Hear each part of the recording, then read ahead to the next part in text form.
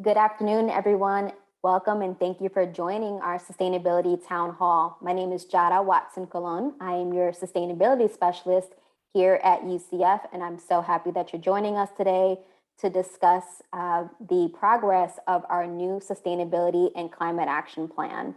My pronouns are she and her, and I'm joined by a number of faculty and staff from across campus to help review our goals and strategies of the sustainability plan to get your feedback on that today. Please note that this town hall is being recorded and will be posted on our YouTube channel. And we are also joined by our Greener U team. Greener U has been contracted to help facilitate this planning process. And so I want to welcome Madeline and Daniela, who will be helping us today. Next slide, please.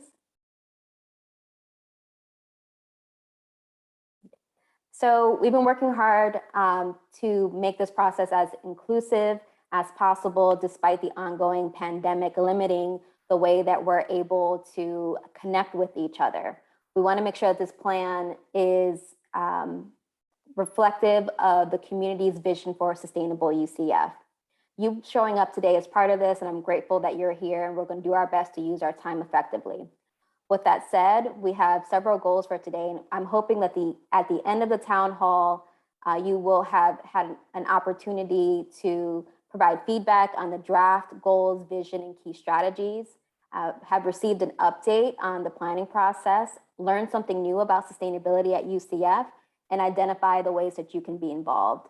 It's my responsibility to make sure that we meet those goals. And so here is our agenda for today. We're going to continue with introductions. My name is still Jara. I will provide an overview of sustainability at UCF and recap our sustainability plan work to date. And then we're joined by subcommittee members from our 5 focus areas who will present the scope and draft goals to provide some context. I'm thrilled to have a wonderful panel of leaders join us today to tell you about the great work our teams are doing. Next, we'll spend some time allowing you to provide feedback on our goals, and then we'll highlight the next steps of the planning process and the ways that you can be further involved. Finally, from 1:30 to 2, we'll be hosting an informal hangout Zoom room where you can continue the discussion and present your ideas and further feedback for the plan. So before diving into the goals themselves, I want to orient you with a recap of our previous town hall. We had several speakers from across campus introduce the subcommittee themes and share the current state of sustainability efforts. The UCF campus sustainability website, sustainable.ucf.edu, has a list of questions from the last town hall, plus their answers, and 2 surveys for you to provide your feedback on sustainability at UCF. The first survey is an opportunity for further discussion on the goals that we present today. And the second survey, which has been open since fall, provides a more general outlook of sustainability on campus, and both will be open for a few weeks longer. Next slide, please. Great. So let's review our planning process. Let's start with the planning goals. This is not our first sustainability plan. Our first sustainability plan was our climate action plan, which we published back in 2010. That came about from our former president, HIT, committing us to becoming a carbon neutral campus back in 2007. And the climate action plan shared a vision for sustainability that prioritized emission reductions, community, and building a climate action-ready workforce. And those are the same things that we're going to continue through this new plan. But we'll work to build on our current success and fill the gaps of the 2010 Climate Action Plan. The goals in our new plan that will be oriented toward 2030 will be SMART goals. So they'll be specific, measurable, attainable, relevant, and time-based. To make the implementation planning process to make this implementable, the planning process aims to generate broad support and shared responsibility so that initiatives are not only run out of the Sustainability Initiatives office. I always like to say that sustainability isn't only my job, it's everyone's job, and we're looking to integrate it into every facet of the university. And in order to do this, we need broad buy-in for the goals that we generate. So next, the process. We began this process in March, and we plan to publish the sustainability plan in Earth Week of 2022. So April 22nd is our goal to publish this plan online. To help us stay on track and ensure a diverse group of stakeholders are engaged, I mentioned that we are using consulting firm Greener U. Greener U has helped numerous colleges and universities across the nation develop climate and sustainability plans, and we're so grateful for their experienced partnership. This process builds on current success, and we've created a baseline report that outlines our strengths and opportunities, which we'll dive in for each topic soon. Next slide. So this is a high-level overview of the process to date. Currently, we're hosting the second virtual town hall. Prior to this, we had our first town hall meeting, 2 steering committee meetings, and a round of subcommittee meetings for our 5 focus areas. In these subcommittee meetings, we confirmed the current state of sustainability and began drafting the goals that we'll be sharing with you today. After this meeting, we'll be having our second round of subcommittee meetings to confirm our goals and create an action plan. You can feel free to add your questions about the planning process in the Zoom Q&A at any point. Next slide. So as I mentioned, we're building on the work of UCF's success to date, and we're focusing on ongoing commitments by UCF. So we have an existing campus master plan that was published in 2020. And so we are going to strengthen the sustainability features that are listed in the campus master plan. We're looking to reduce our greenhouse gas impact, improve our UCF STARS rating, and of course, support UCF's mission and vision. We have a steering committee that have guided the plan to help develop the subcommittees in each focus area. Next slide, please. We currently have 3 long-term sustainability goals that the plan will continue to incorporate, which are achieving carbon neutrality by 2050, achieving zero waste, and integrating sustainability across all disciplines. Based on the goals and the current state, we identified 5 focus areas for the sustainability plan. That includes zero waste, transportation, academics, energy in the built environment, and landscape and natural resources. Next slide. So you all may be familiar with STARS. STARS is a sustainability tracking assessment and rating system for higher education institutions globally. It is administered by the Association for the Advancement of Sustainability in Higher Education, or ASHE for short. We report to STARS every 3 years, as our peers do. And you'll see the peers shown on this chart are the peers that we use to inform our baseline and draft the goals that each focus area committee developed. Next slide, please. Next, I want to talk about the structure of the plan. The plan is structured to have a vision statement for each of the focus areas. It's an aspirational and desired state. And then each focus area will have 3 to 5 goals that are aspirational with smart language to help us reach these goals by 2030 with a specific standard and accomplished charge. To meet the goals, we'll have fleshed out strategies, which are programs and efforts that provide directional focus for implementation. Not all strategies will be successful, and they may change as a context change. We're all familiar with new innovations and new programs coming to light that are rapidly changing the sustainability landscape. Then we have outlined many action steps which are tasks that specific stakeholders will have to take to move implementation forward. The subcommittees have used the considerations for UCF's plan to develop metrics, and our values are based on UCF's mission.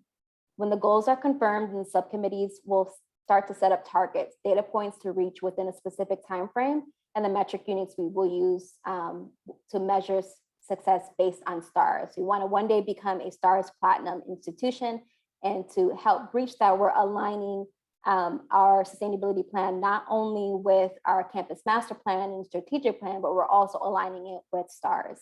Next slide, please. So again, we want your input. We're going to go ahead and do a deep dive into each of the focus areas, draft goals. Each focus area will have a 5-minute presentation, and we want your questions and input. Please place your questions into the Q&A feature in Zoom.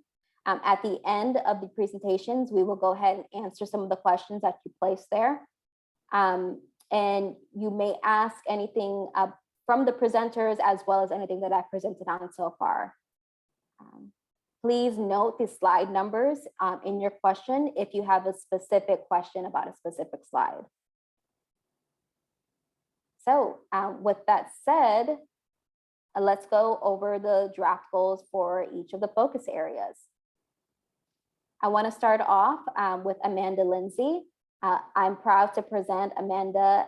She is our manager for stormwater compliance here at UCF, which is a vast network. And so Amanda, if you want to go ahead and unmute yourself, can you tell us a fun fact that you want to share about your work with stormwater compliance? Sure, thanks, Jada. So a fun fact about UCF stormwater, we actually have over 26 miles of underground stormwater pipe on campus.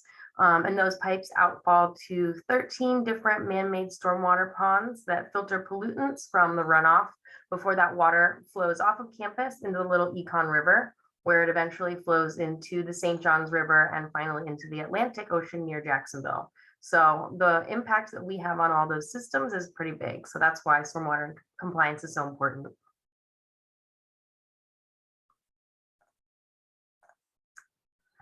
Okay, so I'm glad to be here and share about the sustainability aspect of landscape operations and our goals. So we have a beautiful campus, and our sustainability plan will continue to strengthen the beauty of the landscape by creating goals around these 5 topics. So water management, we discussed the need to minimize erosion, pollutants and nutrient inputs, and to protect our bodies of water. For biodiversity, we talked about creating targets for wildlife management, control of invasive species, and create support for native plants in our managed landscapes. And then resilience. So resilience is key for the long-term health of our UCF community and the landscape's ability to handle increased climate impact. So planning for warmer temperatures, more intense storms, and heavy rain events and future droughts will help to keep our facilities proactive instead of reactively replacing infrastructure. And then our outdoor recreation and mobility, we want to allow people to move through our built landscape sustainably and safely with lights and paths, as well as provide natural spaces as a learning laboratory and mental recharging away from the concrete and screens. And then lastly, and somewhat related to both water management and resiliency, general land management of our unlandscaped portions of campus focus on natural nutrient and water flows throughout the landscape, increased biodiversity, and reduction of wildfire risk through prescribed burns and promotion of conservation. Next slide. And then, so in our subcommittee, we drafted these 4 goals around our focus areas. So the 4 goals being in water management by 2030, UCF landscape to function as a habitat for humans and native fauna and flora, biodiversity and resiliency, use natural infrastructure to help communities adapt to the impacts of climate change, as well as lower the greenhouse gas emissions that cause climate change by 2030. And for outdoor recreation and mobility, by 2030, UCF ensures humans' well-being and ecosystem services across all campus landscapes. And number 4, sustainable grounds. By 2030, all of UCF grounds are managed using organic landscaping methods.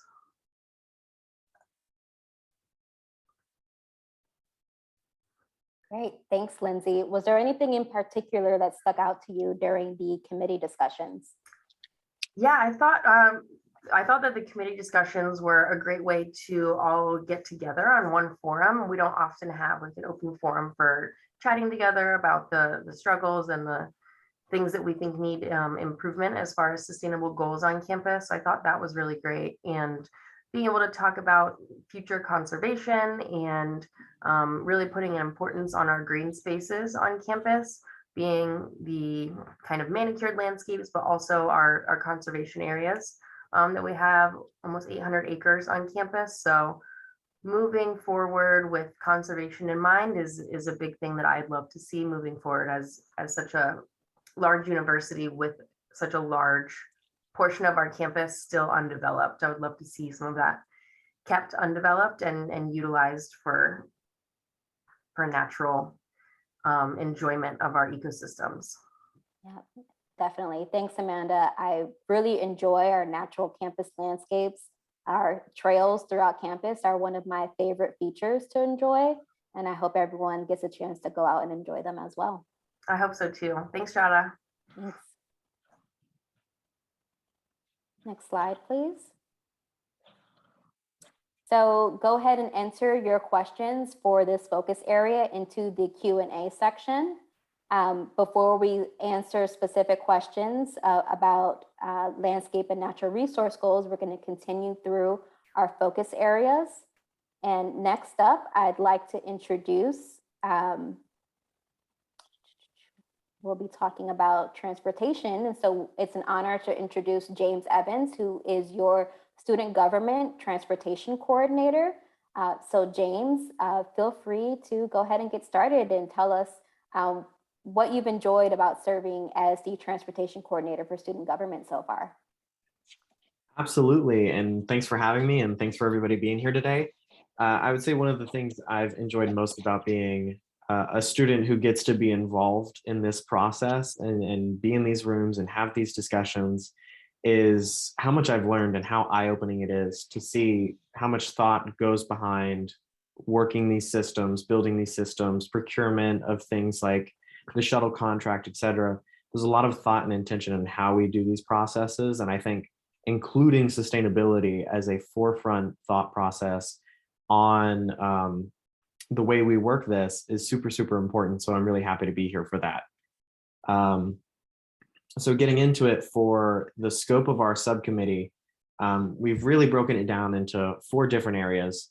We have our sustainable commuting, which is really a focus on providing both our staff, students, faculty, and everybody in between a way to get to campus where they're able to actually commute, use either their garage, or it's a car share where then somebody, the moment they get to campus, can then take the car off campus when they're going home or whatever, right? Another big area for us, of course, is the UCF fleet, our shuttle service, providing that resource to students who are going on and off campus all the time. And even if it's not students, those who live in the area who work at campus, our faculty and our staff who just might be living in the area. And of course, our on-campus mobility is probably something that I would know the most about. I work with our corporate partner SPEN quite a bit. It seems like every week I'm meeting with them on something new and interesting and innovative. And so the way we use on-campus mobility options, micro mobility is what we like to call it, is going to be really, really important. And especially with sustainability, how can we focus in on our separating our wheels from heels is what they like to call it, where you take your bikes, your scooters and everything, and you put them on their own path where they're out of the way and they're safe. And you put all of our walkers on their own path, and you separate things like golf carts, et cetera, from there. So that's something we definitely focus on within this subcommittee. And then also business travel, something I would frankly know nothing about, living completely only in the Orlando area, but it is a part of UCF life and UCF culture, maybe not as much as it has been in previous years before COVID, but it's definitely something that's going to be returning, and it's something that we need to consider in making our decisions going forward. And then, so with that, we've broken it down into some really key and distinct goals. That would be by 2030, providing the sustainable commuting options for all of our community members, whether that's working with a corporate partner or establishing something specific to UCF, or maybe just creating a platform where students and faculty and staff can converse of, hey, I'm already heading this way for this class. Do you want to carpool with me so we can save time? We both live in the same apartment complex off campus. It just makes sense, that kind of stuff. With our fleet, that's the big thing for us, right? With the fleet, that's something that UCF specifically and wholly controls and owns. And so that's something we really have to consider. And that's where a lot of our emissions come from. So our goal for that is by 2030, having 100% of our fleet being electrified, which aligns perfectly with our contract for the UCF shuttle service, because that's around the time that our contract with Groom will end. For campus mobility, our goal is by 2030 again, the UCF campuses will be accessible and centered on human-powered modes of transportation. And we're already starting to see that play out with things like SPIN. So a way that we could improve is focusing on bike paths and where our bikers are going to be. But we also have things like our autonomous shuttle that we have on campus. So how can we beef up a program like that to make it better and more sustainable for students, et cetera? And then, of course, business travel by 2030, supporting academic operations with low emission, sorry, it got cut off for me, with low emission options. So this could be something like subsidizing low emission options or providing an incentive to our staff to pick or use low emission options, or that being the only option, and creating sort of a dictation that that will be what they're using. But it takes the form in several different manners. And so I'm super excited to continue working with the subcommittee and really fleshing out what that plan is going to be. Fantastic. Thanks, James. It's been fantastic to have you on the team. One thing that I want to add on, and I'm hoping to hear from students today, is what types of incentives you'd like to see to take some more sustainable routes. We've seen on other campuses things like bike vouchers to help pay for personal bikes or expanded free bike services. So we want to hear from you what would help incentivize more sustainable commutes, because Scope 3 emissions, which includes our commuter emissions, is a huge part of our emissions profile, and it wasn't something we addressed previously in our climate action plan that we will be addressing in this new plan. So we're hoping to hear from folks about that. So thanks so much, James. And again, folks, please put your questions in the Q&A feature of Zoom. Absolutely, thank you. So next up, I want to introduce Dr. Fezi Okamus, who is our preeminent chair professor for Rosen College of Hospitality Management. Good morning, ladies and gentlemen. I'm outside. Hope you can hear me and you can see me. All right, perfect. First of all, before we start, I want to announce that for the first time at UCF, we have proposed and developed and teaching for the first time sustainability in hospitality and tourism course, undergraduate level. This semester, I'm teaching it for the first time. And there are 40 students. This is a great number to start with, but next semester or in coming years, I'm expecting at least 200-300 students enrolling into this important course. Students from other disciplines, colleges can enroll, so you are all welcome to enroll. Thank you. And I'm very happy to be part of this important committee. And under zero waste, there are 5 areas. Basically, it is purchasing, recycling, reuse, scope of greenhouse gas emissions, and disposal streams. I wouldn't like to read each of them, but this is a great proposal to see how we can achieve zero waste. And also there is a framework from saying acceptable rethink to unacceptable. So I hope we can at UCF, we can reach to at least reduce and rethink, redesign level. But this is again a great framework. When we look at UCF zero waste goals, UCF's vision is UCF will be a zero waste campus, leading in sustainable material management locally and globally. So this is really important. This is our vision. And under this vision, we have 4 important goals. One is sustainable purchasing. By 2030, UCF purchasing and vendor contracts requires consideration for sustainable materials, repurposing operations, preference for supporting the local economy. And then number 2 is a waste minimization. By 2030, UCF has started has reduced waste by 50% by 2030 from 2018 levels. This is really an important, I think, goal. And reuse by 2030, UCF has policy and practices in place that prioritize reuse of resources over disposal.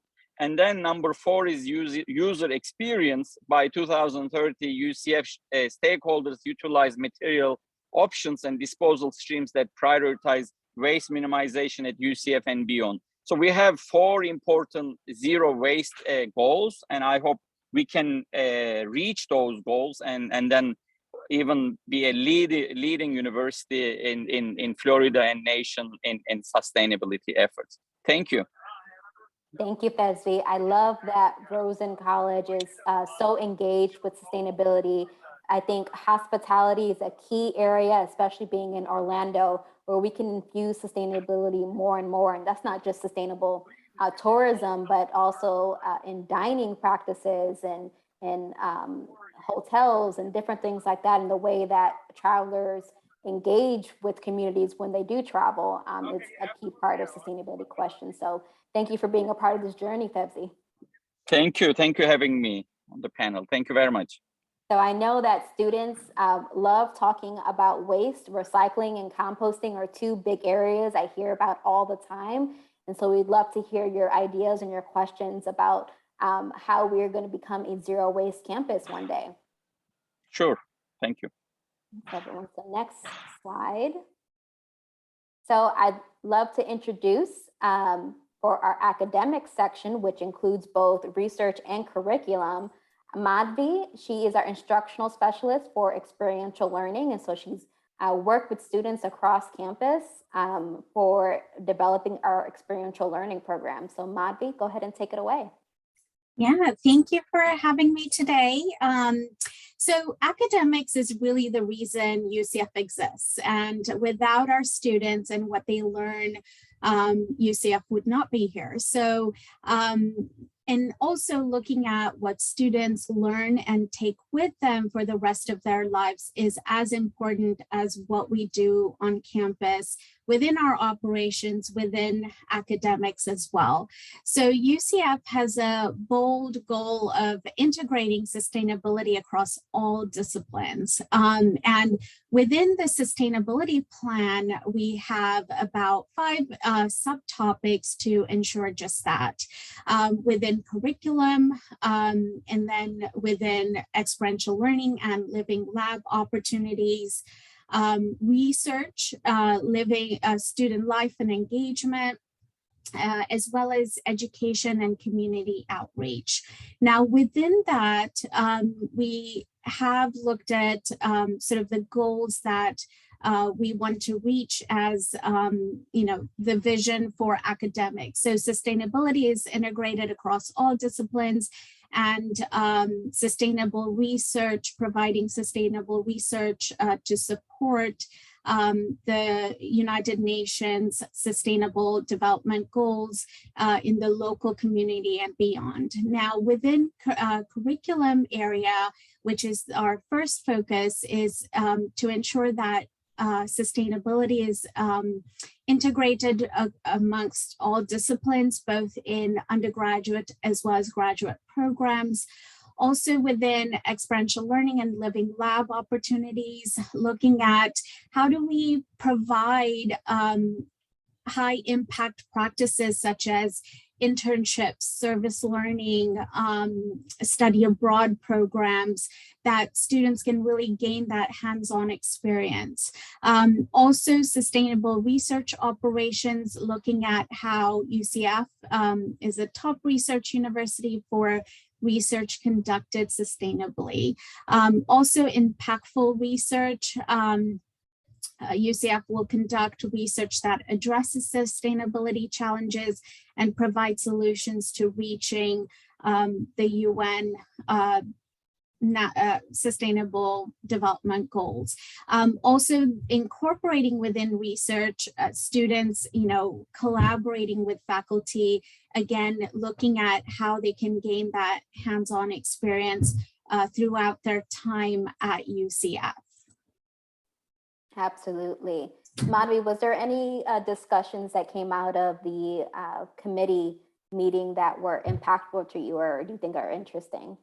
Yeah, I think we were looking at, which areas students were going to get that understanding of how impactful learning about sustainability is within not just as students, but life beyond.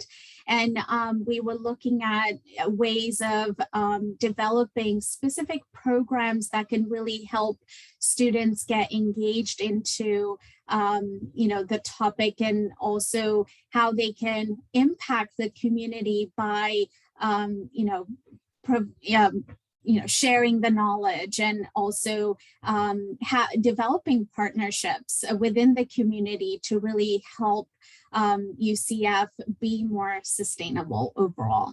Absolutely. I think a big challenge is going to be, how do we engage students that aren't, environmental engineering or environmental studies majors in sustainability inside the classroom and outside of the classroom as well. And I'm looking forward to creating programs, especially experiential learning programs, for students to be able to go into the workforce with the knowledge and skills about sustainability that employers are now looking for. I'm also looking forward to digging deeper into, how do we do research more sustainably? So not just doing sustainable research and renewable energy technologies, but how does all research become more sustainable with resource sharing and space sharing and things like that? But thank you so much, Madhvi. It's a pleasure to have you here with us. Thank you so much. And next up, to talk a bit about the built environment, we have Alex Parlato, who's our Senior Manager for Utilities and Energy Services. Alex is going to share this unique focus area because while we are making the sustainability plan, we are also working on an energy transition plan. So Alex, why don't you go ahead and take it away? Thanks, Yara. So the sustainability plan will cover the 4 areas in our built environment focus area, which are the building and design and construction, which includes embodied carbon and sustainable design. Embodied carbon being the carbon emissions from the production and transportation of building materials. Sustainable design, making sure when we construct buildings, they're as efficient as possible. The second focus area is, or the second area within that focus is building operations and maintenance. So indoor air quality, HVAC controls, green operations and cleaning, and stormwater. So this is all about making sure the environment is safe and healthy, minimize the energy use at the same time, and make sure we're treating our water supplies appropriately. Third is our building resource use. So this is additional indoor water use and energy use intensity. A lot of this is plumbing fixtures, water monitoring, promoting best practices, monitoring and optimizing all of our other energy consumers in our facilities. And then last is our energy supply and generation, which would include on-site renewable energy, heating and cooling supplies, and purchased energy resources. So making sure that we are purchasing our energy in the most sustainable manner. A great example is downtown UCF recently committed to purchase 90% of the electricity used at the Dr. Phillips Academic Commons building from the OUC Community Solar Program. So it's a local solar farm with the utility provider that is providing that electricity directly for and solely for the purpose. We're not just buying credits from somebody across the country. We're providing it to our local provider to help expand solar and renewable programs in the area. So all of these elements support UCF core academic missions, and we work across many aspects of the institution to meet the needs of the different departments. So the Built Environment Subcommittee came up with the vision of net zero emissions from Scope 1 and Scope 2 by the year 2040. The committee further drafted these goals around our focus area topics, and by the year 2030, the goal is to have increased its energy efficiency, transition to more renewable energies, become the preeminent research institution in the US for sustainable systems, and transform the way our higher education system or higher education community manages renewable energy production and sustainable energy use. So as part of our energy transition plan that we started in conjunction with the sustainability plan, we're going to be working on improving our building energy and water efficiency, designing buildings to be more efficient, reduce carbon emissions from the production and transportation of those building materials, install more solar on campus. We're evaluating ground mount, rooftop, garages, floating on retention ponds, more community solar programs. We're working with our research partners to help support their sustainable systems research with live demonstration on campus, or help support by contributing to larger scale projects that support the university's operations as well. And then coordinating with our utility provider partners and others to come up with either novel relationships or energy designs for the energy provided to campus. Back to you, Yara. Thank you, Alex. Can you tell us a little bit about the energy transition plan process that you're leading? So we've collected a number of people from facilities, from operations, from researchers. A lot of us had existing little relationships here and there, but it was great to have us all in one room to help really put all of our ideas on the table. A lot of these things, it was kind of the first time some of it had heard about, even though, you know, we've got the Florida Solar Energy Center. They've been doing this for years, and they've got all sorts of ideas we've never heard before, or topics like carbon, embodied carbon, was something not a lot of us have really heard about, and we haven't really done much before, but it's a huge amount of carbon emissions as part of our supply chain for construction of buildings on campus. And so we've had a number of committee meetings, we've had a number of conversations with our partners, and it has been just eye-opening, the number of opportunities that we have on campus going forward. Absolutely. Thanks, Alex. Thank you.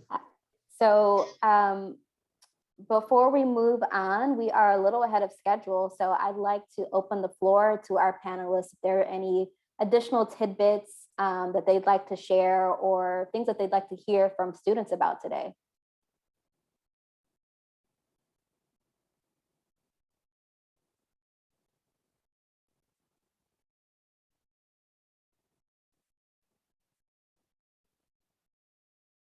All right. Betsy, if you'd like to chime in, what were some of the discussions in zero waste, or perhaps some of the challenges you foresee with some of our zero waste goals? Hey, good morning again. Can you repeat your question, please? Sure. So what are some of the challenges you foresee after the discussions you've had in the subcommittee meetings with reaching our zero waste goals? I think there will be some logistical challenges, and also we need to train and incentivize our faculty, staff, and students. So it's a holistic approach. We all need to work together to make sure that we can reach those zero waste goals. It's all about logistical issues, and then training and motivating students, staff, and faculty members. These are the things we think. With UCF being such a large campus, a lot of purchasing happens in a decentralized manner. We don't fully take advantage of our purchasing power when we purchase in larger quantities. We have a lot of power as a big university, and I'm looking forward to finding ways to manage that, to maximize that. Absolutely. Yeah. Thanks, Betsy. Thank you. And James, can you talk a little bit more about the wheels versus heels in looking at ways that we can prioritize non-vehicle modes of transportation on campus? Yeah, that's a great question. So the concept of wheels versus heels is, unfortunately, though, it's a great little motto. I didn't think of it. I wish I did. I stole it directly from the campus master plan that we have currently, the 2020-2030 campus master plan. So I hope it continues to be in the 2025, 2035, and so on and so forth, campus master plans. But it's a really interesting concept where, unfortunately, UCF wasn't built, though we're relatively new, right?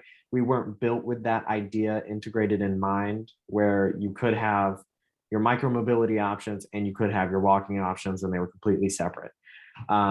so we've run into the issue now where, as I'm sure all of you have experienced, sharing the sidewalk with a golf cart, a longboarder, a scooter, a bike, and dozens of other people walking. It's not very sustainable, and it's not very safe for pretty much anybody.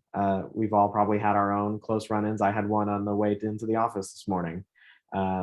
So ways that we could incentivize maybe less vehicular traffic on those sidewalks is, the way I envision it is you're not going to probably relatively quickly get a whole bunch of sidewalks built for just straight up separation. So it might be something like expanding Gemini to provide more of that wheels area where you have a bigger bike lane, a more protected bike lane, and you can focus in on that and get, a lot of our golf carts, especially, more into that. Maybe it's a golf cart lane instead, right?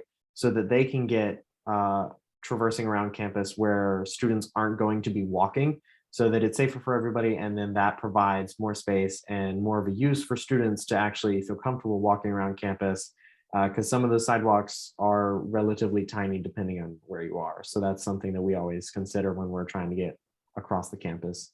Absolutely. Looking at widening that back bike lane on Gemini, and like you said, protected, and so that people perceive that they're safe. Sometimes our perception is different from reality. Sometimes the bike lane is safe, but we don't feel it, and so people won't use it. And also expanding existing sidewalks might be a key way to separate the wheels versus heels. Exactly. Alex, can you jump in and talk a little bit more about previous collaborations between facilities and faculty members, and maybe how you're looking forward to expanding those relationships between facilities and our research faculty? Yeah, absolutely. There's been a lot of data sharing. So in particular, it's great when researchers can come up with models and designs and run their exercises using laboratory scenarios, but interesting situations come up when you start putting real data into these or trying to model them based off of a real case. Things don't necessarily always align as you thought, or there's other factors that might convolute a situation. So we work with, in particular, a lot from our RISES cluster. They do energy modeling and predictive algorithms for HVAC systems and energy systems such as that. And so we provide them some of our real life data from our buildings. They plug that into their models and then see how it actually performs, how it would have performed in a real building instead of just their ideal laboratory scenario. We're also helping with getting some other energy systems installed, particularly at our Research One building, for more research with solar energy, energy storage, things of that nature. There's, between what the RISES cluster is doing, the Florida Solar Energy Center, and a number of other groups on campus, there's always sustainable energy research going on, and a real life experience as well as the actual systems that we have on campus are very valuable to them. And so we do everything we can to help provide to their research when possible. Thanks, Alex. So next we're going to move over into the Q&A section. I'm going to do my best to answer most of these, and I'm going to ask our panelists to chime in when they have some additional information to share. But before that, I'd like to highlight a couple of successes that we've recently had.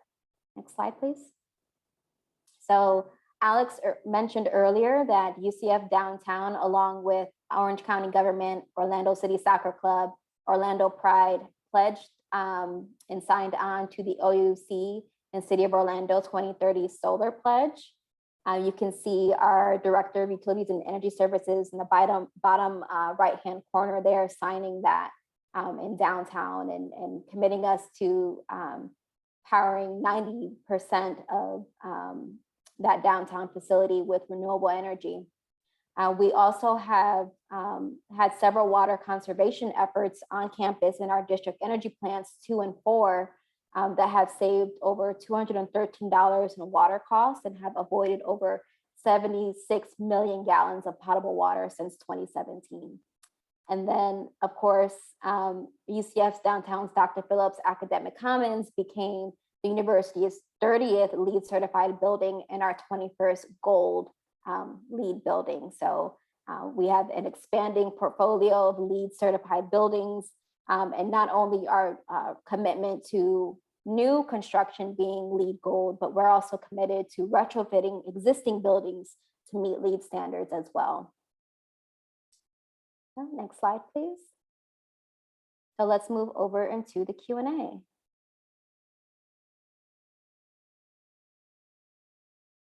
Okay.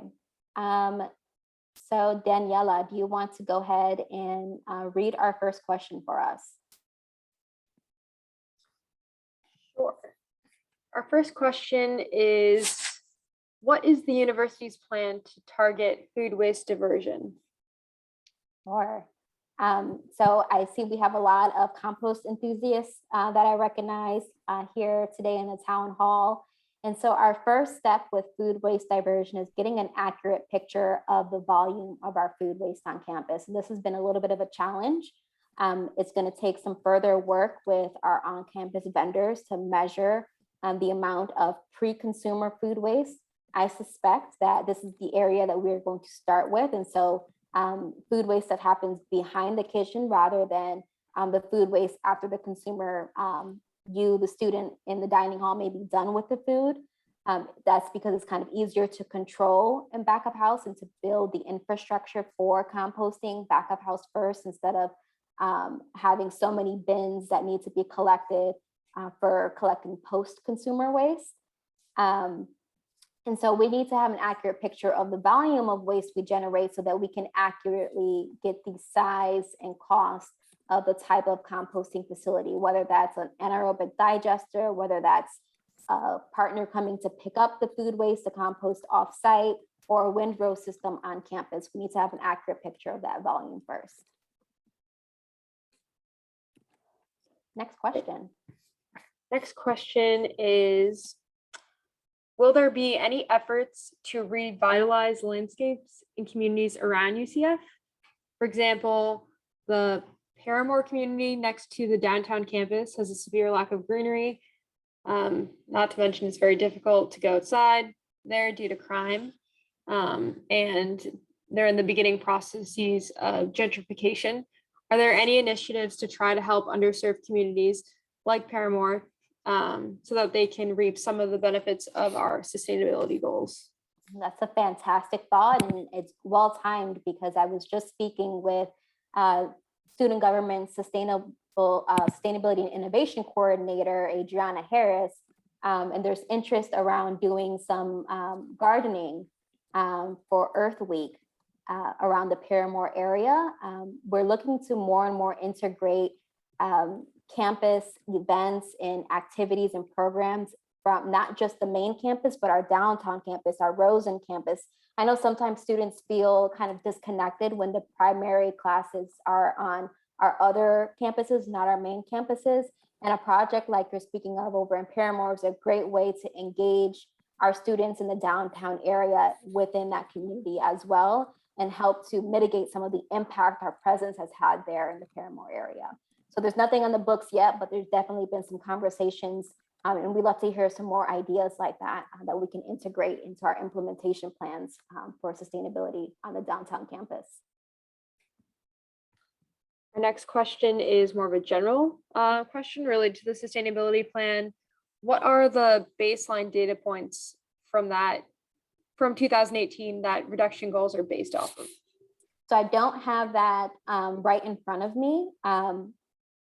2018 was our most complete year before the pandemic. And so we expect at some point we'll go for continue to trend back to normal operations on campus. And so our following waste data after that kind of was a little bit of a data blip. So that's why we're using the 2018 numbers.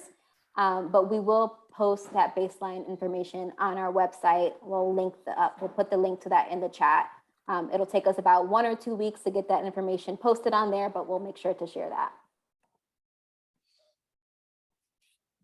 Okay, our next 4 questions are about transportation. The first is a comment.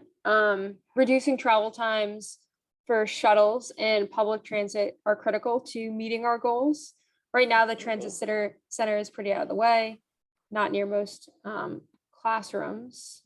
So relocating it to a roundabout stop next to the student union could help reduce walking times. Yeah, that's a great idea. I think they're referring to the Lynx station on campus. I'm forgetting what, is it off of Leo? And so that's a 2-part issue. So first, we're looking at micromobility options. So are there scooters or bikes at that station that the student can then take to use for their last piece of travel to the classroom? Or do we look at adding a second or relocating that shuttle station? And then of course, there's the ongoing issue of having enough shuttles to service all of our students and making sure the shuttles go out far enough to the apartment complexes and neighborhoods that students are living in. So we're always re-examining this and hoping to refine that. So thank you for that feedback. James, is there anything you wanted to add? I know of it, I know about it, I know the Super Stop. The more student government's focus has always been the lift routes and that partnership. So I don't know that I have much to contribute to that conversation, but it's definitely something, because I honestly hadn't thought of it before, of what if we did relocate it. So my brain is just now turning on this for the first time. So I'd love to have that conversation more and make sure that we discuss it in the subcommittee, but I don't have anything immediately that would be of any value to this conversation. Thanks, James. Mhm.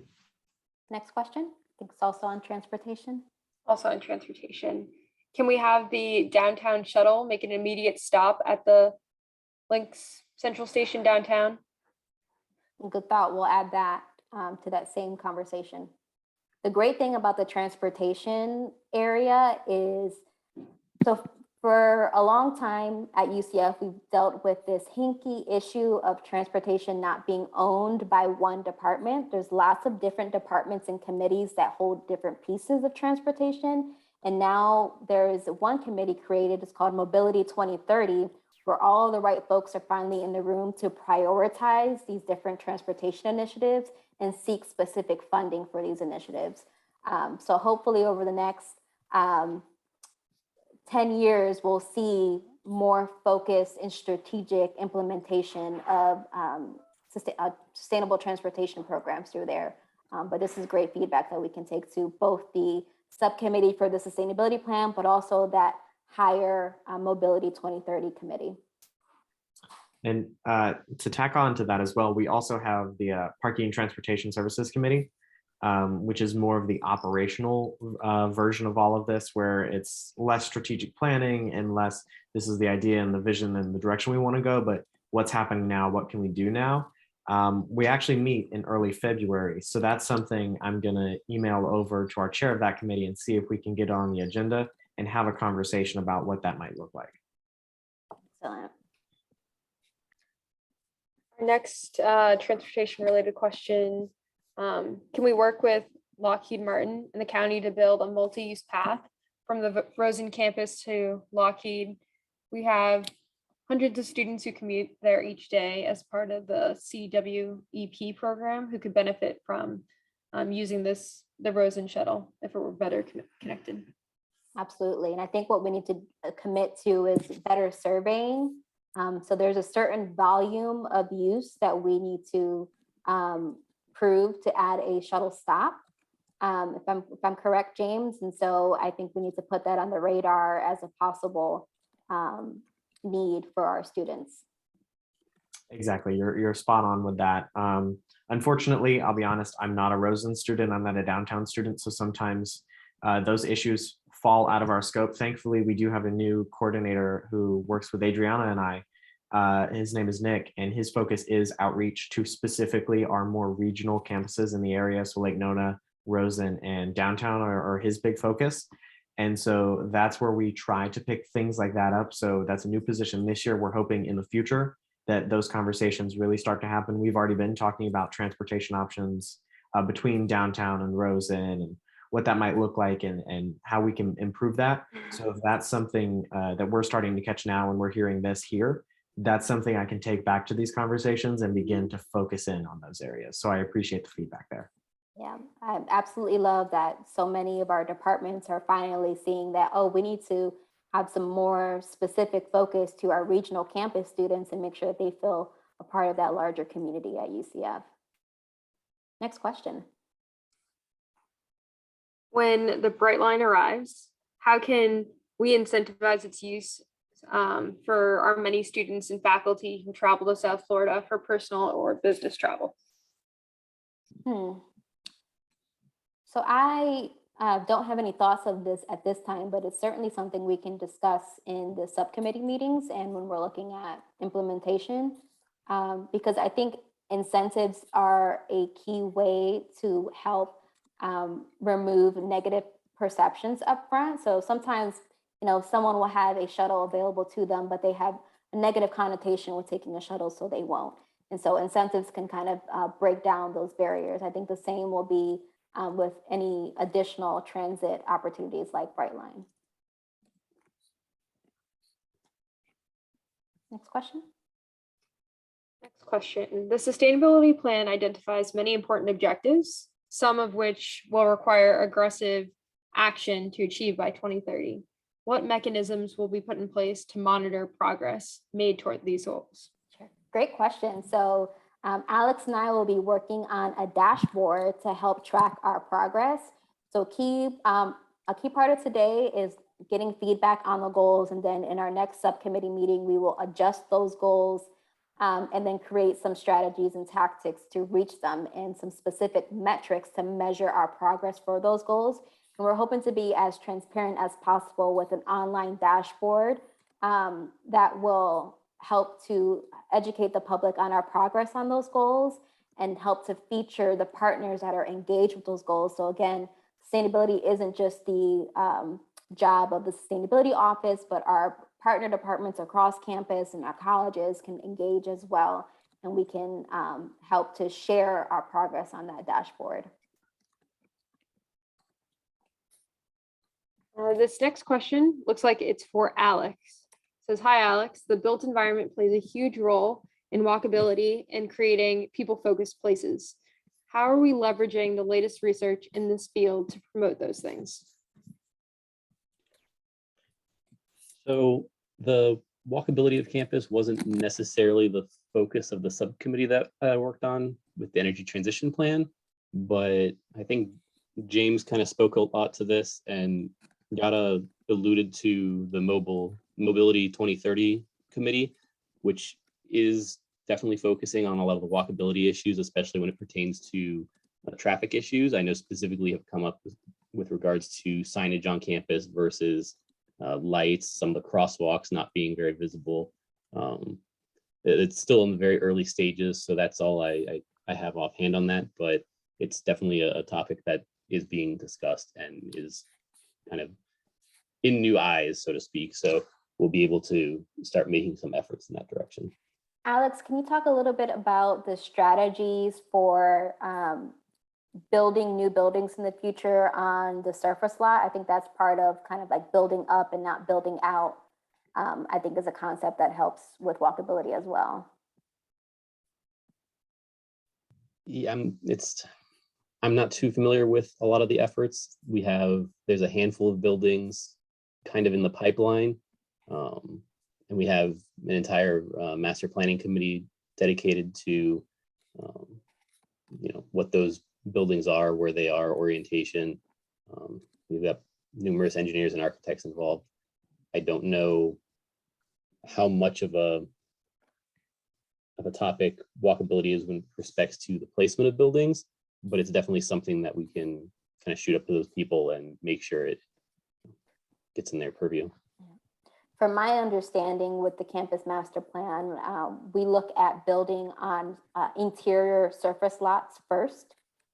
before going on the outskirts of Gemini. And I believe the strategy is when we are building new parking, that it's on the outside of Gemini, and new classroom buildings are in that inside interior. So I'm not sure if that strategy is going to continue through the future, but that's something that we've looked at in the past.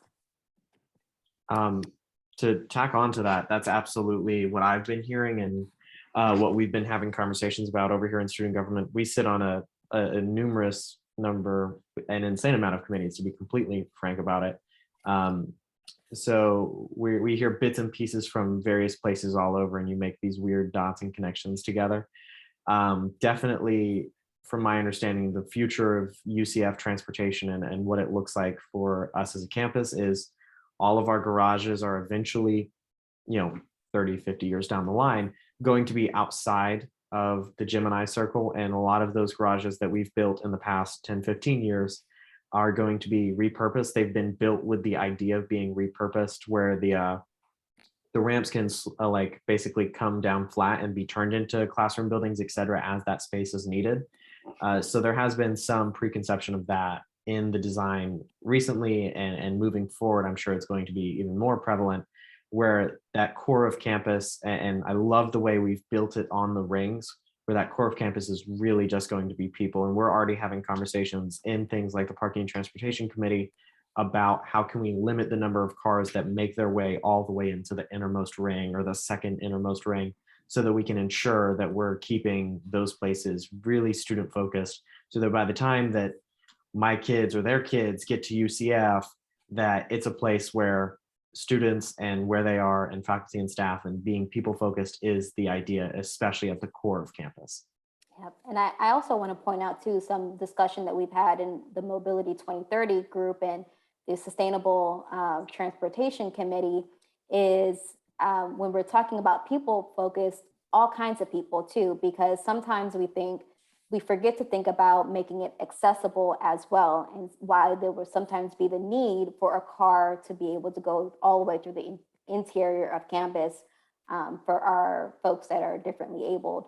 And so we want to consider that as well when we're looking at mobility on campus, is different types of mobility. A cool feature we're also working on, our landscape and natural resources group, is more tree planting, so that it is more comfortable to walk through campus, and so that we continue to build our urban tree canopy and lower that temperature of those walking paths, so that there's more shade and better upkeep of our trees over time as well. Great question. Our next question is in response to your answer about food waste diversion. Does the university plan to conduct more waste audits? Also, if the campus decides to build on-site food waste recycling infrastructure, when would that come online?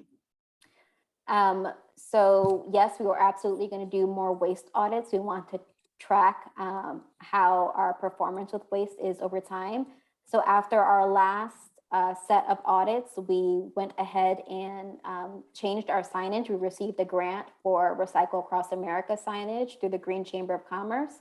And so we want to audit our progress on recycling contamination. And we also want to track our progress when we start to do more educational programming around waste and recycling.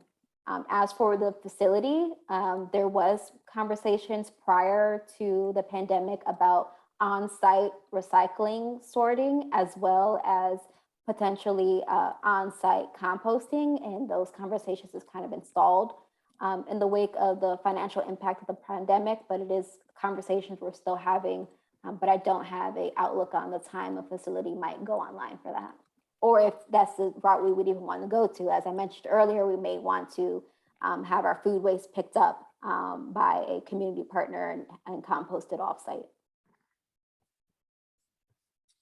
Looks like we have a few more questions. How do you think we can get those in the state capitol to help UCF with our sustainability goals? It's a great question. I think interacting more with our state legislators, and I see our Board of Trustees has been doing a lot of work to rebuild those relationships with our state legislators. And I think that's, we've had key members of our administration in our steering committee who I've more and more excited about sustainability. So hopefully that bodes well for a future of interaction. But I think student advocacy is important as well. More work through student government and students talking more and more and making more demands about what they want our campus to look like, what we want our state to look like is key as well. Yeah, on that note, we do have Day at the Capitol, February 8th. If you haven't signed up, I think it might be a little bit too late, but reach out to me. I know who asked this question. Reach out to me and I can see if I can still get you added to the list. In fact, my subject area, we've broken it down into 4 subject areas. Mine for lobbying on that day is pure sustainable infrastructure. That's my only focus. That's my only objective that day. So I know there's a couple other students in my group who are having that focus. So it's definitely something we're working on now, and it's something that we plan on continuing with continuity of operation into the future for sure. Great. Thanks, James. Danielle, I believe that was all of our questions. Do we have another? I think we have one more. I think it was in the chat. So this person said that they noticed a lot of the goals were set for 2030 when former president Hitt committed UCF to being carbon neutral by 2050. Is there a specific reason that the goal dates were moved closer? Yes. So we're not moving up our carbon neutrality goal to 2030. That is completely unrealistic for us right now. But from my personal experience, when I first started at the university almost 6 years ago, there was a little bit of an attitude from some folks that the carbon neutrality goal wasn't their focus because it was so far in the future. And so it's kind of allows for an attitude of that's not my problem, that's the next generation of employees' problem. And so we want to have our goals set where they're attainable, but within the near future. So 2030 is kind of our target. It's about 7-8 years out. So it's still well into the future, but still, impacts, more recent alumni and alumni that'll be more recently graduated and faculty and staff that'll be here for 10, 15, 20 years versus people who may be retiring soon. And so we want to build some urgency around the goals. So we believe we're still keeping that full carbon neutrality goal for 2050, but we're looking at net zero emissions for scope 1 and scope 2. We're moving that up to 2040. And this plan is focused on what can be achieved by 2030, again, to build some urgency around the goals.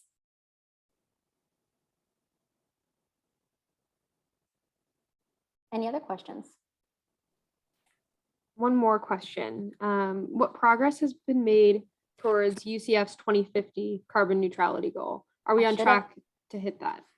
So we hit our initial goals of a 17% reduction, but we missed our 2020 goal, if I'm not mistaken. I will publish these charts on the website as well, so people can look at them. We measure it by, and it's also published on our STARS report and our Second Nature report. It's all public information.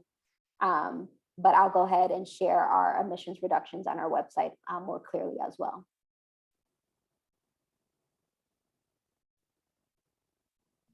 Any other questions? I think that's all of our questions. Okay, so our next phase is we're going to allow people to kind of take the mic and share their ideas, their feedback. So if you'd like to be unmuted, please feel free to raise your hand. And while we wait for raised hands, I'm going to open the floor to our panelists again to see if there's anything that they want to add to the conversation. Yeah, I'll add something. If you're ever interested in meeting with student government or talking with us, or if you think there's something we're missing or you want us to work on as students, or at least gauge the student body about their interest in, please feel free to reach out to us. Every single member of the executive cabinet that I work on want to be here. We love our jobs. We love working with anybody on campus who will talk to us. So please feel free to email me or email Adriana. I'm going to put both of our emails in the chat. We'd be more than happy to have a conversation with anybody who's interested in anything UCF is doing, especially with regards to sustainability. Thanks, James. Anyone else? So before we open the floor, we're going to do a quick set of polls. And so first, I'd like to know who we have with us here today. So if you can go ahead and answer this one question. What best describes your relationship to UCF?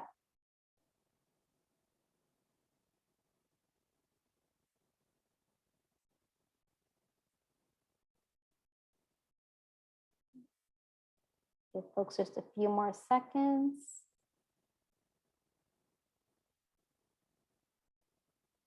All right, I'm going to end the poll. Looks like we have a nice mix today. And then our next poll is going to be on the goals themselves. Next slide, please.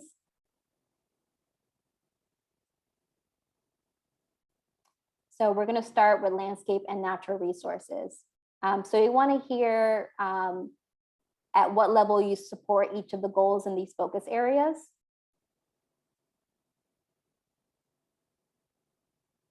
So wholeheartedly endorse, agree with minor concerns, support with reservation, more discussion needed, or serious disagreement.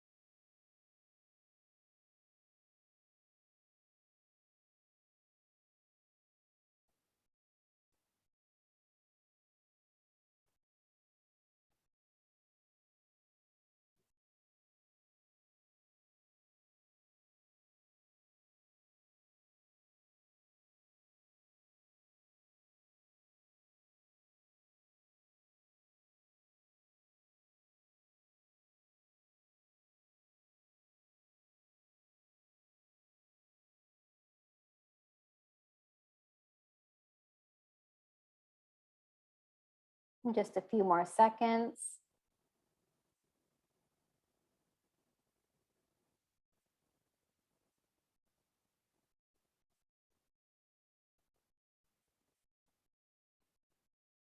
All right, I'm going to end this poll and we'll move over to our next one.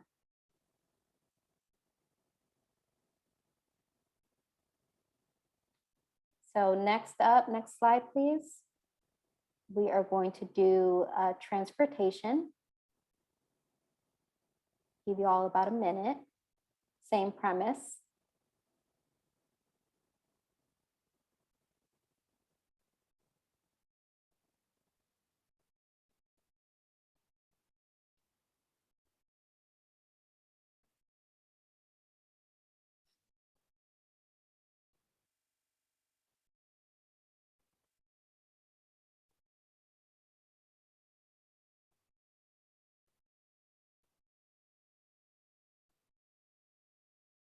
And I do want to mention that goal 2 for fleets, we're not only talking about, the focus here is on our UCF fleet vehicles. We're also looking at the shuttles, but the big focus of goal 2 is fully electrifying our fleet vehicles.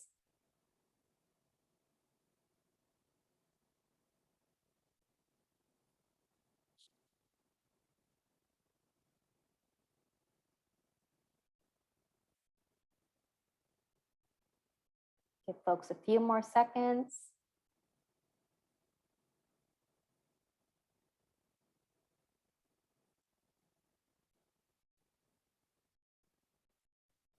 All right, I'm going to end the transportation poll in 3, 2, one and move on to our next one. Next slide, please.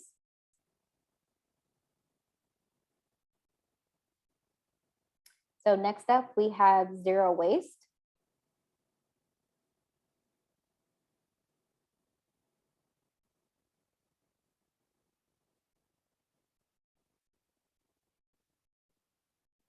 Giving about a minute again.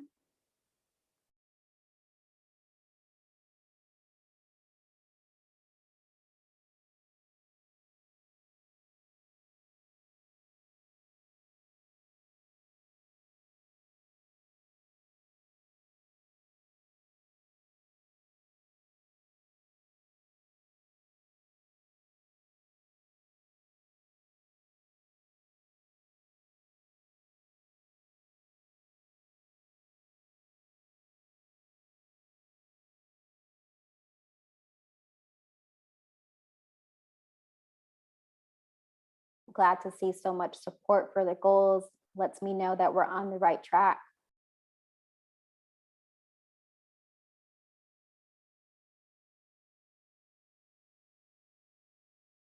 All right. So we are going to end this poll in 3, 2, 1. Next slide, please. With 2 more. Academics, give about a minute.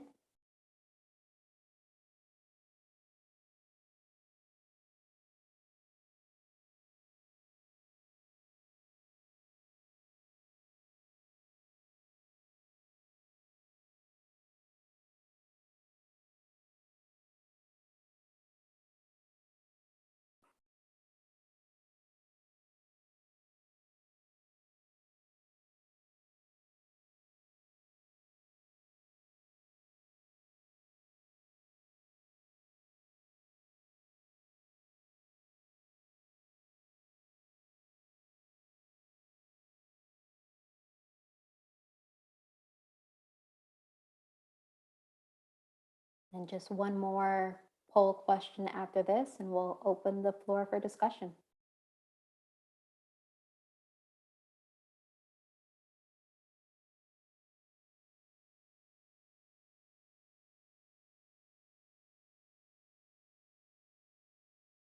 All right, going to end this poll in 3, 2, 1. And next slide for our final poll on the built environment.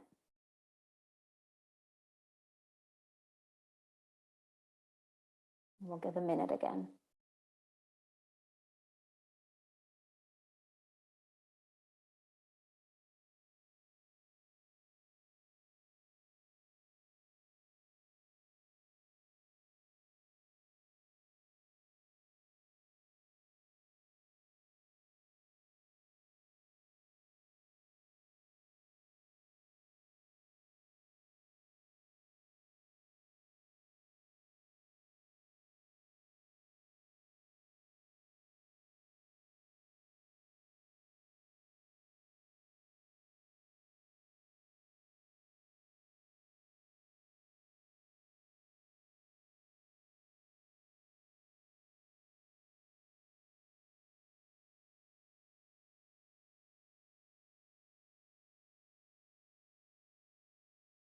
About 10 more seconds.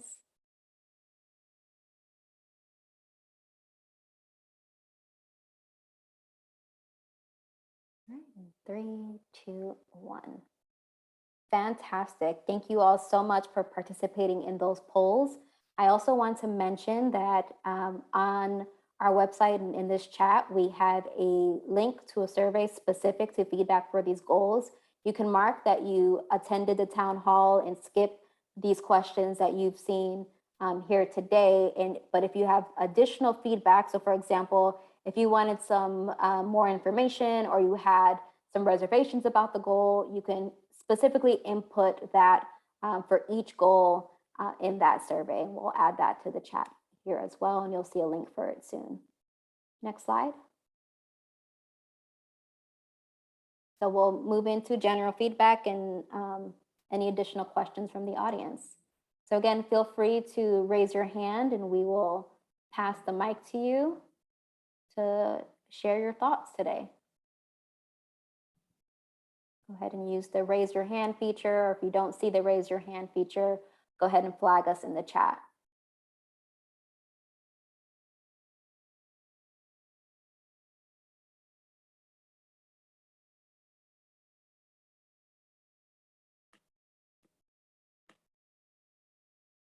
Not seeing any raised hands so far.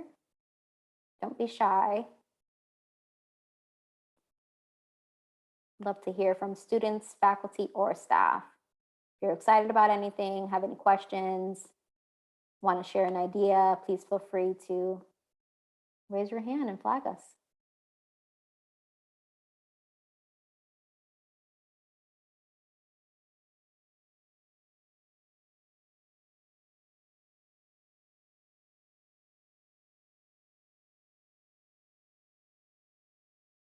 Adriana, if you're still on the line, I'd love to pass the mic to you to hear about any upcoming opportunities students have to be involved with student government's sustainability efforts.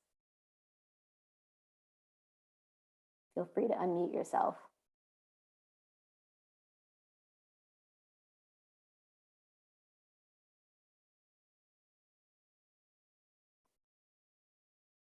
Hi, friends. I'm Adriana. I'm Sustainability Innovation Coordinator for Student Government. Some other opportunities we have coming up. You guys can join the Sustainability Executive Branch Council. I share a lot of opportunities there. We also collaborate to do things on campus, such as volunteering. Sometimes we'll go out to the recycling, planning on going to the recycling facility to do a tour. Anything fun like that, you're more than welcome to join that. We also have some other things coming up with the executive branch. I can't think of any off the top of my head right now, but if you're interested, feel free to follow Student Government on Instagram. And you can also email me. My email is sgainnovation@ucf.edu. Thank you. Thanks, Adriana. I want to next pass the mic to Jen Elliott, who directs our Arboretum program. Jen, I'd love to hear from you how training day went this year for our new Arboretum volunteers and COCOs. Hi, everybody. Can you hear me? Yes. Yeah, so it went great this year. Our Learning by Leading program has grown astronomically over the last 3 years. And so we are currently at 60 students that we have, which was why we knew that we had to do an all hands on deck training for the first time. We have 47 interns now and 13 COCOs, I believe that adds up to 60.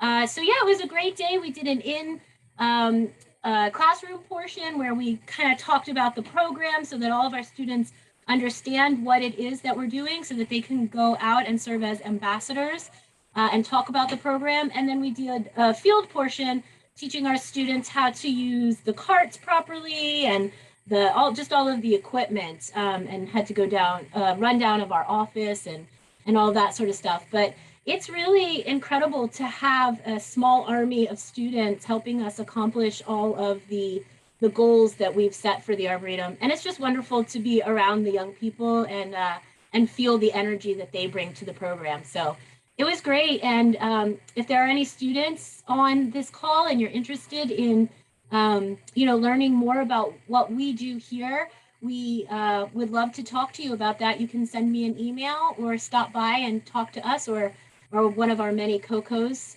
COCO stands for co-coordinator, and those are our leadership students. There's a whole leadership component of what we do. We have multiple teams, and they're really helping us accomplish a lot of our goals. So yeah, thank you for letting me talk about that, Jada. It was great.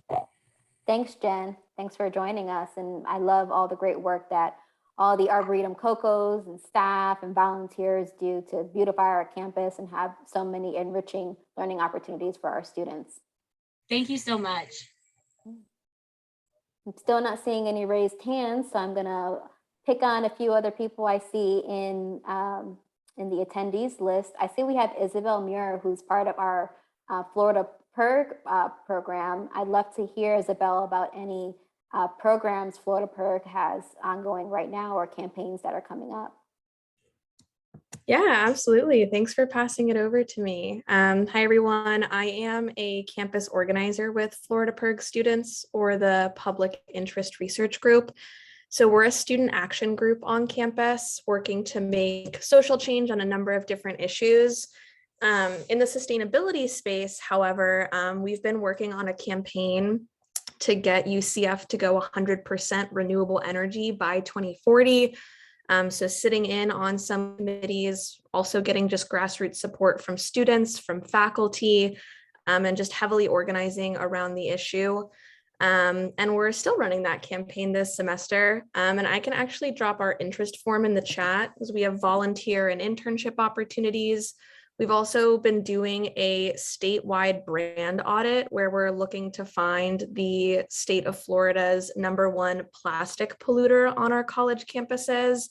And we're going to be continuing that work, doing some cleanups, and also lobbying to overturn plastics preemption in the state. I know somebody mentioned how we can get the state legislature more active in sustainability, and that's definitely something we're going to be doing, is working to make sure that we can continue our efforts to ban single-use plastics across the state in different communities. So thanks for passing it off to me, Yara.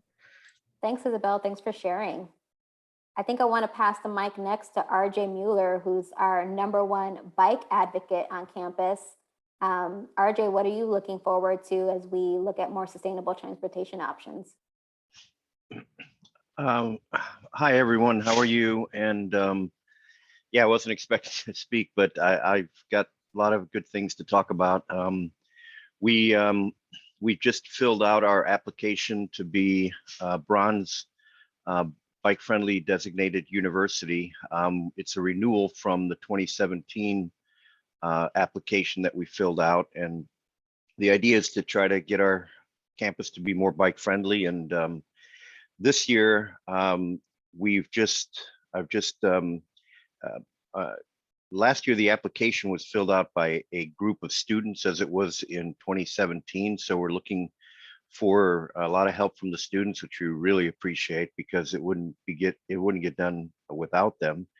And this semester, we're actually doing some more with to try to get to the next designation, which is silver. A group of students, 5 students, have signed up for a project to evaluate what it will take to get UCF to be a silver designated bike-friendly university, and to get us to the next level. And the idea here is to try to get students more using bicycles than their cars to come to the campus and around the campus. And with that, there's been some improvements to the roadways. I don't know if people have seen the south side of McCulloch Road with the 10-foot pathway that's there. That's a big improvement. And coming very, very soon will be a 10-foot path all the way along Alafaya Trail from McCulloch down to the edge of campus on the south side, with a fence to try to dissuade people from doing mid-street crossings on Alafaya and University Boulevard. So that's going to be a big improvement. And then the next step is to get this evaluation done by the students, find out what we need to do to get to silver status, and then start implementing some of those changes. And one of the big ones is to try to make our roads safer to cross the main roads, which are McCulloch, Alafaya, and University Boulevard. So if we can get assistance from our local government to do that, that would be really great. So that's what we're working on in the next year or so, I guess. So yeah, I'd be happy to answer any questions for anybody, but yeah, that's pretty much the update, Yara. Thanks so much, RJ. And I want to point out that RJ's job description does not include transportation, but he has been such a key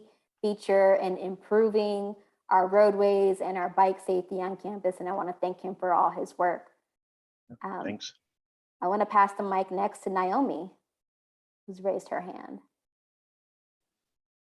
Hello, can you hear me? Yes, we can. Okay, great. This is kind of nerve-wracking, but I just really wanted to talk about, I left the comment in the chat about the Paramore community and just kind of wanted to shed a little bit more light on that. I attended a meeting yesterday about at SALT Outreach, and Professor Kim Anderson gave a really great presentation about the Paramore community and the ways that they're underserved.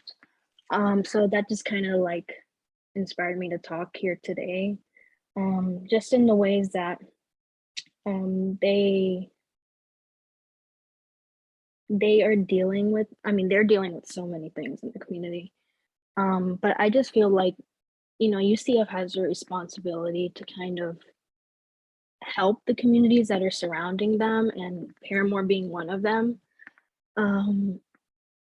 And I did a little digging and I did a little research, and I've seen that they only have a few parks in the entire community. Both of them are in really bad condition. And yeah, I just think that UCF can be a little bit more involved. And they also, in the presentation, she mentioned that Paramore residents at the city council have expressed, you know, dissatisfaction with the way that UCF has, you know, not feeling like there have been enough changes since the downtown campus has been there. So yeah, I just wanted to shed a little bit more light on that.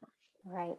Thanks for sharing that, Naomi. I think it's so important that whenever we enter spaces that we look at how we benefit the community and what they actually are saying they need, instead of forcing, you know, our ideas on them, but hearing from the community and working with them to serve that community is so crucial, especially when we're looking at lower income communities that we are inserting ourselves into, and we want to make sure that we do good and not inadvertently cause harm to those communities, you know, under the guise of progress. So I really appreciate you and commend you for speaking up today on that point. So I'm looking forward to collaborating with the UCF downtown campus more, infusing sustainability in projects downtown and serving that community well.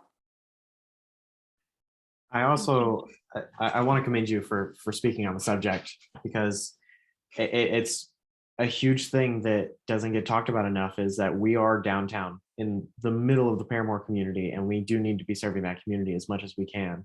And while, yes, we are doing some efforts, any extra effort is obviously always going to be appreciated and necessary, especially with the way of sustainability. And an example would be Paramore's a food desert. And I think there's a great she also talked about that. Exactly, yeah. And we experienced that, and that's been a large discussion for our UCF students, because that's unfortunately where we've kind of pigeonholed ourselves here over in student government, is discussing how UCF downtown doesn't really have great food options yet. There are some ideas kicking around that we're working on, but in general, if we're going to be providing our students that opportunity for a grocery store food or whatever, you know, whatever those options are going to look like yet, we also need to be considering how we're going to impact the Paramore community and how we're also going to be providing service to them. And I think there's a good opportunity here, and I'd like to have a discussion further with you, or just in general have a conversation around this, of possibly having like community gardens, whether that's helping update those parks and implementing and being a part of establishing community gardens. But that's a way to, you know, hit two birds with one stone and consider both of those issues that are facing that community and how we can provide support. Yeah, sure, yeah, I'd love to talk further about that. That would be amazing. Of course, feel free to email me. I put it in the chat earlier. James makes an excellent point about the food deserts too. We have to remember that sustainability isn't just about you know, environmental sustainability, it's social sustainability as well, and how people are set up to live and thrive within their communities. And we know too that students sometimes are food insecure, and that's why I love that we have our Nights Helping Nights Pantry, and that our Arboretum Community Garden donates fresh produce, and the Fresh You program helps teach students how to cook healthy meals with the produce that they get from the community garden. We need to help replicate those efforts in the downtown, Rosen, and Lake Nona campuses as well. So we're serving not just our main campus students, but all of our students. And Jen, you had something to add there? I just wanted to say that when that conversation happens, if you'd like to loop me into that, I'd be happy to see, to talk about how maybe we can help improve some of those community gardens, or at least give guidance on how best to plant them, where to plant them, the kinds of crops that will do well, and that sort of stuff. I don't know that we have the capacity necessarily to send students down there, but we would certainly be willing to help advise on how those gardens are designed. So if anybody needs help from me, please reach out. I'd be happy to help. Absolutely. Thanks, Jen. So I see a question in the chat about how alumni can get engaged.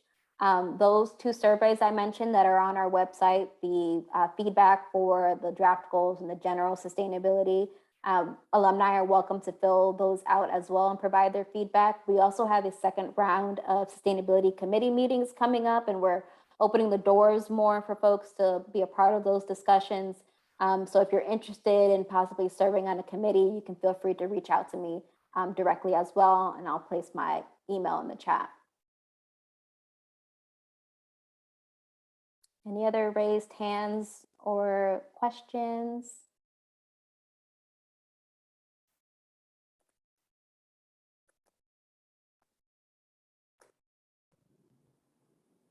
I'm not seeing any new raised hands. So next slide, please. So I want to talk a little bit about next steps. I mentioned that our next round of committee meetings, subcommittee meetings, will be happening in the coming weeks. We're going to confirm draft goals and create a high-level implementation plan. We're looking to get leadership approval to review and endorse the plan. And of course, we want to make sure that there's funding available for implementation, and then launch of implementation as well. We're hoping to publish this plan on April 22nd for everyone to see and engage with. I mentioned that this is a very high level plan where we're looking at the vision and the goals and some maybe high level strategies, but then we need to talk more broadly after that plan is published about the implementation and what are the actual strategies we're going to use, what programs are we going to develop, what collaborations and new partnerships are going to spur from this. And so I'm really looking forward to the implementation part of this plan as well. Next slide. So some more ways to be involved. We are going to create an implementation working group later in 2020. And we'll be posting about this on social media and on our website. So be sure to follow us at Sustainable UCF so you can know when these implementation working groups are set up. You can support sustainability at UCF by sharing information about the plan within your networks, sharing the surveys so we can continue to get feedback, and then reference the state new plan and UCF's STARS assessment in your role at UCF. So with STARS, STARS covers academics, operations, engagement, policies. It touches on all aspects of campus life, HR. And so you can reference the public STARS plan. We'll put that in the chat as well to see what different criteria STARS looks at in evaluating sustainability at a university. And you could look at, well, how can my work at UCF infuse some of these principles so we can continue to increase our STARS rating, make the campus more sustainable, and have a more vibrant, sustainable lifestyle here on the UCF campuses. So next slide. So again, I hope we met our goals for today. I hope I sufficiently provided the opportunity to give feedback on draft goals, vision, and key strategies, that you received an update on the planning process and learned something new about sustainability at UCF, and of course, identified how you can be involved. Please add your feedback on how you feel the town hall went in the chat, or if you have a question in the Q&A. We want to make sure that any future town halls serve the community well. We are going to publish this online too.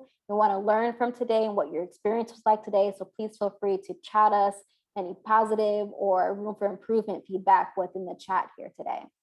If you have additional questions, please email us at sustainable@ucf.edu, and I'll be staying on for a little while longer in case anyone has additional input that they'd like to share today.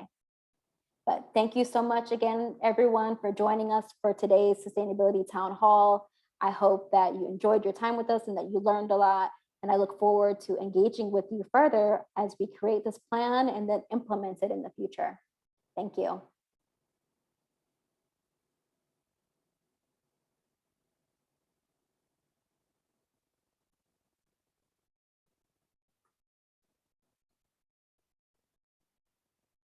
And I'm going to drop the link to the STARS report, the HE STARS report in the chat. Thanks for having me. Thanks, everyone. Bye.